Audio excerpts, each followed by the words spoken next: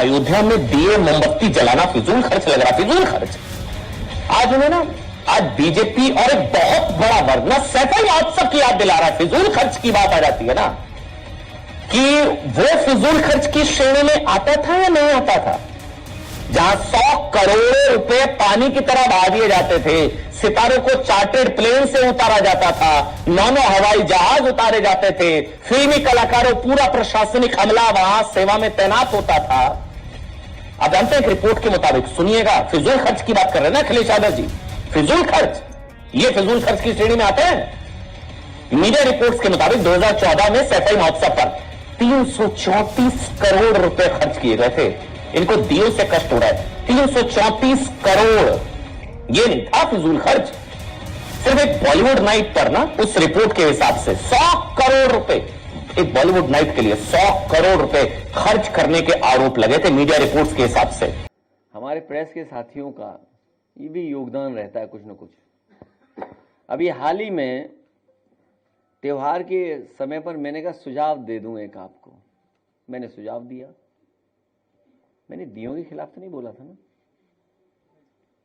मैंने कहा सुझाव देता हूं कि दुनिया में ऐसे भी देश हैं जहां महीनों रोशनी रहती है।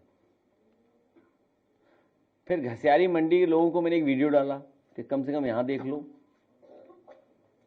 कि भाई दिए भी जल रहे हैं और रोशनी भी है भगवान कृष्ण के।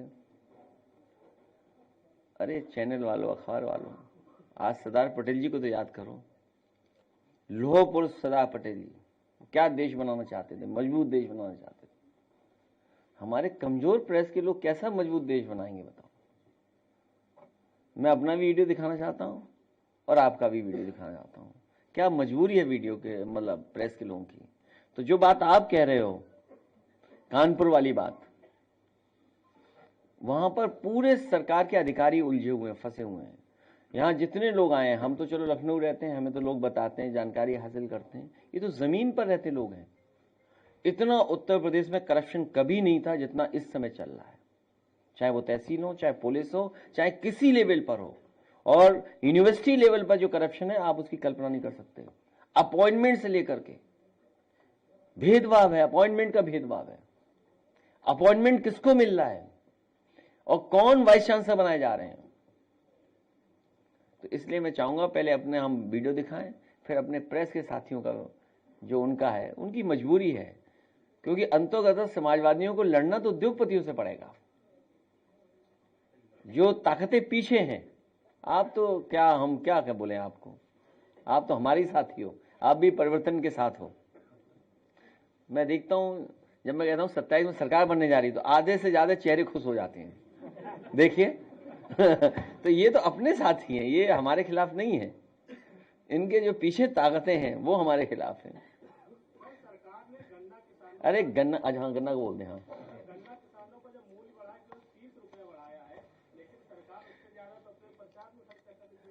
देखिए, जो रुपया और बढ़ना चाहिए, हमारे किसान जो गन्ने की पैदावार कर रहे हैं, गन्ने की कीमत अच्छी मिलनी चाहिए और कम से कम वो भाव मिलना चाहिए जिससे उसके परिवार में खुशहाली आए, लाभकारी मूल्य हो। लाभकारी मूल्य के लिए रास्ता निकालना चाहिए। और तब जब सरकार मुनाफा कमा रही है, मुनाफा सरकार कमा रही है और सरकार के लोग कमा रहे हैं मुनाफा। कितने वर्ष लग गए उन्हें गन्ने की कीमत बढ़ाने में, और विज्ञापन कितना बढ़ा दिया इन्होंने, और अंग्रेजी के अखबार में विज्ञापन दिया। बताओ कितने किसान पढ़ लेंगे अंग्रेजी के विज्ञापन को। क्या हम इतना पेमेंट कर चुके, इतना पेमेंट कर चुके, अंग्रेजी में लिखा हुआ है।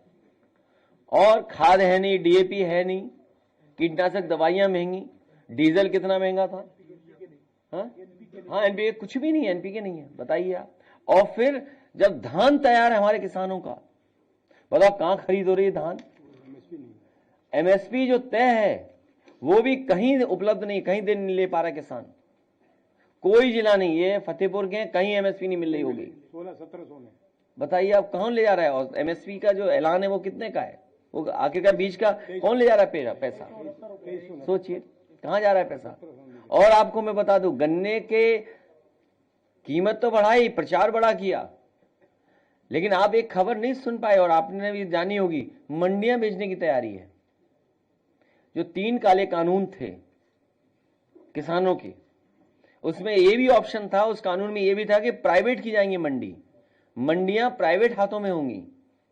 तो आप बताइए, एक सरकार जो गन्ना किसानों का इतने वर्ष लग गए बढ़ाने में, जो जिससे लाभ भी नहीं मिल रहा है, कोई लाभ नहीं मिल रहा, और बहराइच की चीनी मिल 100 करोड़ से ज्यादा पैसा लेके भाग गई, बंद कर दिया, और तमाम मालिकों से मिली हुई सरकार है ये। जब हमारे आपको धोखा दे रहे थे प्रचार से, तो पीछे मंडी बेचने का फैसला ले रहे थे। बताइए मंडियों की कीमत क्या है? यहां जितने लोग जानते हैं, मंडियां बहुत कीमती जमीन पर हैं। शहरों में जो मंडियां हैं उसकी जो रियल एस्टेट वैल्यू है न जाने कितनी है। तो रियल एस्टेट वैल्यू को देखते हुए मंडियां नहीं चलाना चाहते, किसान को नहीं लाभ देना चाहते, वो मंडियां बेचने की तैयारी कर रहे हैं। इसलिए वीडियो देखिए। ये की जगह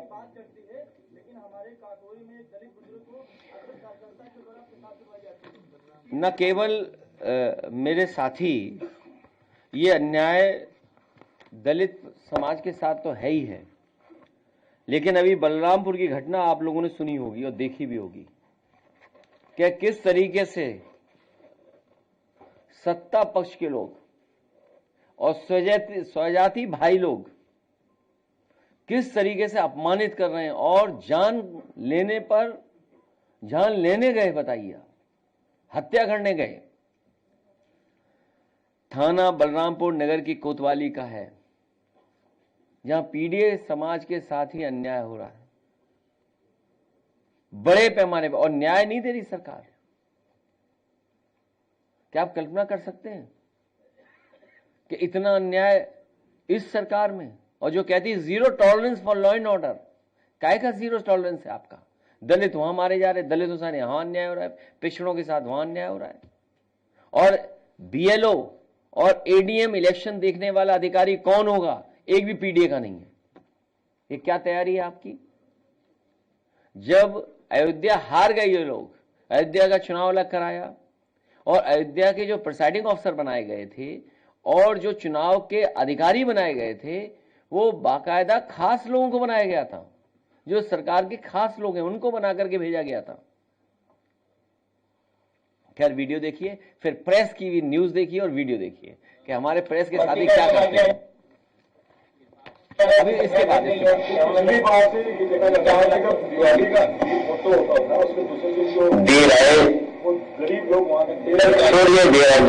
क्या बोला इसमें, उस पर क्या बोलना है इसमें? क्या देखिए, ऐसा है, हम सुझाव देना नहीं चाहते। अच्छा वो दे दो सुझाव, भगवान प्रभु श्री राम जी के नाम पर सुझाव। विजय भाई, देखिए दुनिया में इस समय क्रिसमस का समय पूरे शहर जगमगा जाते हैं और महीनों जगमगा के रखते हैं वो लोग। उन्हीं से सीख लो बस। क्यों खर्चा कर रहे हैं बार बार दियों का, मोमबत्ती का, ये दिमाग लगाना? तो फिर क्या उम्मीद है? खाइए इसको, बहुत सुंदर रोशनी कराएंगे हम लोग।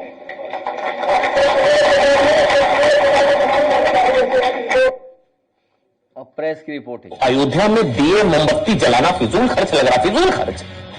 आज उन्हें ना, आज बीजेपी और एक बहुत बड़ा वर्ग ना सैफई महोत्सव की याद दिला रहा है। फिजूल खर्च की बात आ जाती है ना, कि वो फिजूल खर्च की श्रेणी में आता था या नहीं आता था, जहां 100 करोड़ रुपए पानी की तरह बहा दिए जाते थे, सितारों को चार्टर्ड प्लेन से उतारा जाता था, 9 हवाई जहाज उतारे जाते थे, फिल्मी कलाकारों, पूरा प्रशासनिक अमला वहां सेवा में तैनात होता था। आप जानते हैं रिपोर्ट के मुताबिक, सुनिएगा, फिजूल खर्च की बात कर रहे हैं ना अखिलेश यादव जी, फिजूल खर्च, ये फिजूल खर्च की श्रेणी में आता है। मीडिया रिपोर्ट्स के मुताबिक 2014 में सैफई महोत्सव पर 334 करोड़ रुपए खर्च किए गए थे। इनको दियों से कष्ट हो रहा है। 334 करोड़, ये नहीं था फिजूल खर्च। सिर्फ एक बॉलीवुड नाइट पर ना, उस रिपोर्ट के हिसाब से 100 करोड़ रुपए एक बॉलीवुड नाइट के लिए 100 करोड़ रुपए खर्च करने के आरोप लगे थे मीडिया रिपोर्ट्स के हिसाब से। जहां सुरक्षा के लिए ना कई जिलों की पुलिस फोर्स मंगवा ली जाती थी। उसी रिपोर्ट में लिखा था 8 कंट्री पैरामिलिट्री फोर्सेस की तैनात रहती थी। ये फिजूल खर्च थोड़ी ना। अयोध्या में दिए जल रहे हैं, वो राम मंदिर का कष्ट अभी भी है, दीपावली के दिन से कष्ट है। अच्छा, इसलिए बीजेपी का कहना है कि कम से कम अखिलेश यादव को।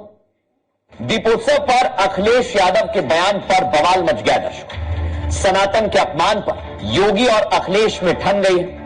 अखिलेश यादव ने अयोध्या में दीपोत्सव पर सवाल उठा दिए हैं। अखिलेश ने योगी को कहा कि आपको क्रिसमस से सीख लेना चाहिए। कहा कि क्रिसमस पर पूरी दुनिया रोशनी से जगमगाती है। अखिलेश ने कहा हमें उनसे यानी क्रिसमस से सीख लेना चाहिए। दिए और मोमबत्तियों पर पैसा खर्च करने का क्या मतलब? सोचिए आप, अखिलेश यादव कह रहे हैं, वो कह रहे हैं कि योगी सरकार को हटा दीजिए, हम जब सरकार में आएंगे तो ऐसी सुंदर लाइट लगाएंगे। अखिलेश यादव के इस बयान पर योगी आदित्यनाथ ने अयोध्या से ही जवाब दिया, जहां पर दिए जलाने का रिकॉर्ड बना है। योगी आदित्य। बस, धन्यवाद। प्रेस के लोग कृपा करो थोड़ा। मैंने ये वीडियो इसलिए दिखाया कि प्रेस के लोग थोड़ा कृपा करो।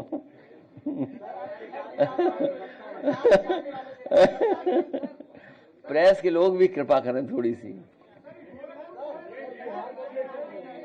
वो मैं वीडियो दिखा नहीं सकता वो वाला। मैं जाऊंगा, जाएंगे तमाम।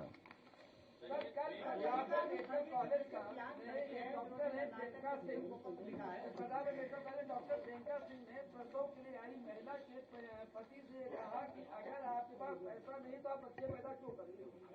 और इसी तरह की दूसरी घटना मिर्जापुर में हुई, जहां प्रसव के लिए महिला गई और अस्पताल के बाहर कीचड़ था, इसलिए एम्बुलेंस ने थोड़ी दूर गेट के बाहर उतार दिया और कीचड़ में ही प्रसव हो गया महिला का। क्या बताएं मेडिकल के लिए। ये घटनाएं, सूचनाएं लगातार मिल रही हैं और बीजेपी के तमाम बड़े नेता जो सरकार में हैं, जब इन्हें अच्छा इलाज कराना होता है तो समाजवादी सरकार में बना हुआ मेदांता अस्पताल में जाते हैं। मैं उत्तर प्रदेश के लोगों को भरोसा दिला सकता हूं कि जिस तरह कैंसर इंस्टीट्यूट बना है, वर्ल्ड क्लास कैंसर इंस्टीट्यूट, या लोहिया अस्पताल में फ्री इलाज होता था, सैफई मेडिकल यूनिवर्सिटी में फ्री इलाज होता था, केजीएमयू में गरीबों के इलाज के लिए अलग से फंड दिया जाता था। किसी भी गरीब परिवार के सदस्य को अगर अस्पताल भेजा जाएगा तो उसका फ्री इलाज होगा, उस पर कोई भी अतिरिक्त खर्चा नहीं आने दिया जाएगा और मेडिकल की वर्ल्ड क्लास फैसिलिटी प्रोवाइड करेंगे।